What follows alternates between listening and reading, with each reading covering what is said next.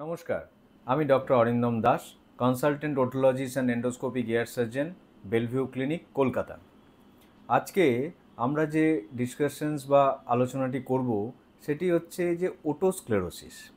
Otosclerosis কানের খুব common না হলেও আমরা মাঝে মাঝেই এই রোগ পেশেন্টদের মধ্যে দেখি বা চিকিৎসার জন্য অনেক পেশেন্টই আমাদের কাছে আসেন।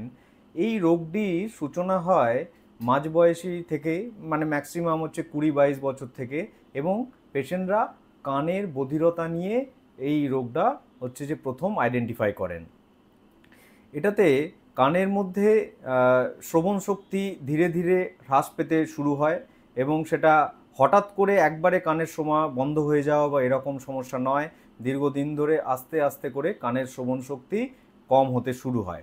এবং যেটা বিভিন্ন গবেষণার মাধ্যমে দেখা গেছে যে কানের মধ্যে যে তিনটি সূক্ষ্ম হাড় থাকে, ইনকাস, মেলিয়াস অ্যান্ড স্টেপিস, এই স্টেপিস বা শরীরের সবথেকে যে ক্ষুদ্রতম অস্থি বা হাড়টি সেটা ফিক্সড হয়ে যায়। মানে তার যে মুভমেন্ট বা তার যে হচ্ছে যে কম্পন বা ভাইব্রেশন কানের মধ্যে হওয়ার কথা, যার মধ্যে দিয়ে সাউন্ড ভাইব্রেটরি প্রপার্টি বা ভাইব্রেশনটা যায়, সেটা ফিক্স হয়ে যাওয়ার জন্য বা সেটা শক্ত হয়ে যাওয়ার জন্য বহিরাগত যে সাউন্ডসগুলো বা বাহ্যিক এনভায়রনমেন্টাল যে সাউন্ড বা কথোপকথনের যে আওয়াজটা, সেটা সঠিকভাবে কানের মধ্যে দিয়ে প্রবাহিত হতে পারে না এবং তার জন্যই পেশেন্টরা বধিরতার শিকার হয়। চিকিৎসা মেনলি দুভাবে করা হয়ে থাকে।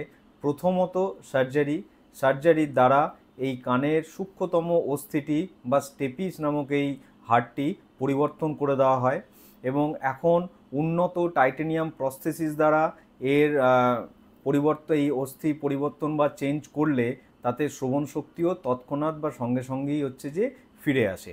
এবং এই অপারেশন আজকাল কাটাছেঁড়া না করেই করা হয়ে থাকে।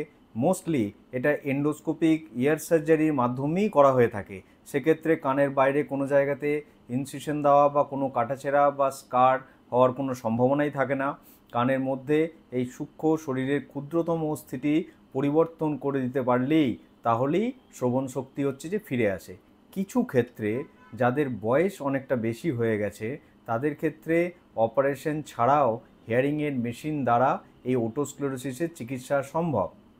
ফলে রোগটি হয়তো একটু হচ্ছে যে অনেকের কাছেই নতুন শুনবেন, কিন্তু এই কানে শোনার সমস্যা নিয়ে যে পেশেন্টসরা আমাদের কাছে রেগুলার আসেন তার মধ্যে ওটোস্ক্লেরোসিস একটি অন্যতম রোগ, যেটি সঠিকভাবে ডায়াগনোসিস এবং চিকিৎসা করলে পেশেন্টের হিয়ারিং সম্পূর্ণভাবে পুরনো অবস্থাতেই ফেরত যায় এবং ফিরে আসে এবং তারা সারা জীবনই হচ্ছে যে শুনতে পায়। নমস্কার।